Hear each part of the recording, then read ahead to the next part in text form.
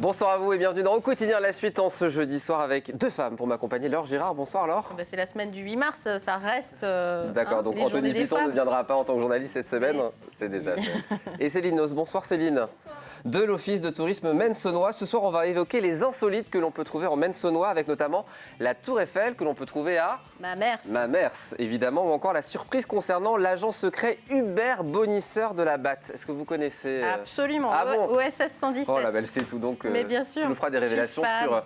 l'agent OSS 117 dans quelques instants. Mais pour commencer, je voulais vous parler d'un nouvel ouvrage publié par une Sartoise, Mélanie Schmitt-Ullmann, coach parental, auteur de guides pratiques en parentalité et en naturopathie, qui vient de sortir un dernier ouvrage intitulé Le Grand Livre Bébé Zéro Déchet, où elle rassemble toutes les recettes et les conseils pour acheter mieux et surtout moins quand on prépare l'arrivée d'un bébé. Elle nous donne comme conseil notamment l'utilisation de couches lavables. Alors j'entends déjà la bronca des mères qui vont me dire que c'est impossible. Elle est super dans un créneau très à la mode, mais qui a du sens, vraiment. Ouais. Bah, apparemment, c'est une vraie alternative aujourd'hui d'utiliser des couches lavables à la place des couches jetables. Plus de personnes en proposent et en utilisent, vraiment. Ouais. Autre possibilité, faire son liniment. Vous connaissez le liniment? Ah bah évidemment, le liniment oléo-calcaire, j'ai utilisé ça pour mes deux enfants, voyons. Alors, mélange avec de la chaux. Bon, très bien, voilà. Qui permet de protéger notamment les fesses des bébés. C'est très bien, c'est très doux. C'est mieux que le talc qu'on achète en grande surface. Normalement, on a besoin d'utiliser que ça marche très bien pour les fesses des bébés. Bon alors, Laure, si vous êtes intéressée, Mélanie a aussi lancé des kits bébé zéro, bébé slow qui regroupent les essentiels pour le bébé à venir avec des couches lavables, des soins naturels pour bébé et maman, mais aussi des coquillages d'allaitement. Alors ça, je ne sais pas trop ce que c'est, mais c'est dans le kit. Ou encore un tissu d'emmaillotage. Prix du kit entre 129 et 379 €. Toutes les infos, Laure, bébé0-bébéslow.com. Voilà. En fait, je la suis sur les réseaux sociaux. Mais je sais Elle est très active sur les réseaux sociaux. Donc voilà, mais bon, si vous voulez vous lancer dans l'aventure, pourquoi pas. Céline, on va prendre la direction ce soir du Maine-Saunois pour parler des insolites en Maine-Saunois et notamment cette fameuse tour Eiffel qu'on peut trouver à Mamers. Et oui, on a une tour Eiffel sartoise. Vous ne le saviez pas, si vous le saviez, bien sûr. C'est la vraie tour Eiffel. Petit, quoi. C'est ça. Voilà, elle est un petit peu plus haute que moi. Elle fait 3 mètres. C'est une maquette. Mais elle date de la même époque. Elle date exactement de la même année, 1889, que sa grande sœur, la Dame de Fer de Paris. Donc cette tour Eiffel, en fait, vous pouvez l'apercevoir sur la place de la République. Il faudra lever un tout petit peu les yeux puisqu'elle est sur le toit du numéro 26. Alors, c'est très bien, vous connaissiez la tour Eiffel. Il y a des gens qui ne savaient pas qu'il y avait une tour Eiffel. Quand on ne lève pas vraiment les yeux, on ne le voit pas forcément. On croirait que c'est une antenne. Enfin, ça se confond avec le reste. Et donc, qui a décidé de mettre une tour Eiffel à Mamers? Alors, c'est là que c'est drôle. En fait, c'était le propriétaire de cette maison qui était en fait un hôtel qui a décidé de faire un petit clin d'œil et de mettre cette tour Eiffel. Donc, il a fait appel à un ferblantier mamertin. Alors, certains disent qu'en fait, c'était quelqu'un qui a travaillé sur la tour Eiffel. Pas du tout, c'est une légende.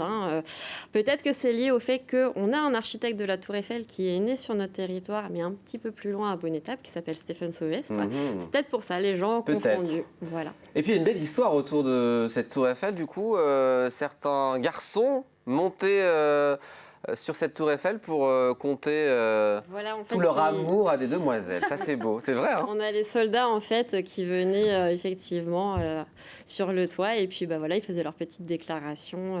Ça va être sympa pour le propriétaire de l'établissement. Donc, ne faites pas ça, surtout si vous êtes amoureux d'une mamertine ou d'un mamertin. Surtout, ne prenez aucun risque. En plus, maintenant, c'est privé, ce n'est plus un hôtel. Oui, donc on évite de faire ça aujourd'hui. À présent, parlons de OSS 117, car le papa d'OSS 117, eh bien, il est du coin. Et oui, donc Jean Bruce, de son nom de plume, et son vrai nom, c'est Jean-Alexandre Brochet, qui est né en mars 1921, donc il y a 100 ans tout juste. Donc il est né à Hélières-Beauvoir, où ses parents, en fait, étaient restaurateurs là-bas. Donc voilà, et c'est lui qui a écrit effectivement OSS 117, qu'on connaît bien maintenant grâce au film. Voilà, une personnalité supplémentaire. Une des nombreuses personnalités du Maine-Saunois, c'est ça. On va prendre un peu de hauteur à présent. Laure, si vous êtes d'accord, direction le point culminant de la Sarthe. Est-ce que vous le connaissez? Oui, j'y suis déjà allée. Bah oui, je sais bien. Et c'est un beau point de vue. Je vous laisse le dire, je sais plus. On va laisser. Céline et moi, on la laisse. Non, mais allez. Le belvédère de... Persaigne. Alors on l'appelle le belvédère, parce que certains disent qu'il ne faut pas dire le mot belvédère. Si, on dit le belvédère. Si, non, on dit le belvédère, c'est le phare du Maine-Saunois. Il n'y a pas la mer, mais il y a la forêt autour. C'est ça. Donc le belvédère, point culminant effectivement de la Sarthe, donc à 340 mètres d'altitude. C'est pas haut, hein, quand même. Voilà, il faut, voilà, vous disiez tout à l'heure que vous partiez au sport après, donc il faut faire 10 steps pour monter jusqu'à... 163 marches. C'est ça, 163 marches. Mais après avoir monté ces 163 marches, vous êtes récompensé par la vue, puisque vous avez un panorama qui est juste magnifique. Vous voyez à 360 degrés tout autour, avec Alençon, avec toute la canopée.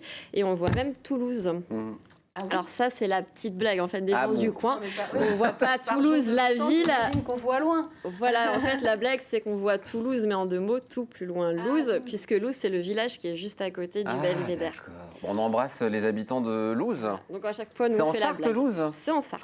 On les embrasse. Comment ils s'appellent, les habitants ? Voilà. Eh ben, on le dira demain soir. Et on les embrassera avec leur vrai gentilé demain soir. On prochaine émission, comme ça vous êtes obligés de nous réinviter. Exactement. On reste en hauteur, direction le géopôle de Courgin. Courgin, pardon. Courgin, je m'excuse. C'est pas grave. Fasse une erreur. Donc là encore, on fait un petit peu de crapette. On monte pour aller sur la butte du Teil, donc au mont de la Garde à Courgin. Et donc la particularité, en fait, nous, on a pas mal de buttes castrales, de mode castral chez nous. Et celle-ci, elle a vraiment une particularité, c'est qu'en haut, vous avez un géopôle. Alors, quoi qu'est-ce ? En fait, sur ce géopôle, vous avez 2 outils un peu particuliers. Vous avez un cadran solaire qu'on appelle un cadran analématique. Pas facile à dire. Alors, il faut dire que tes collègues t'ont demandé de dire ce mot-là. On embrasse Brigitte. C'est mon bizutage. Bravo. C'est ça, on m'a forcé à... Alors, un cadre analématique, ça veut dire quoi alors ? En fait, c'est comme un cadran solaire, mais vous avez un outil, donc on le voit là à l'image, où vous devez bouger les choses pour...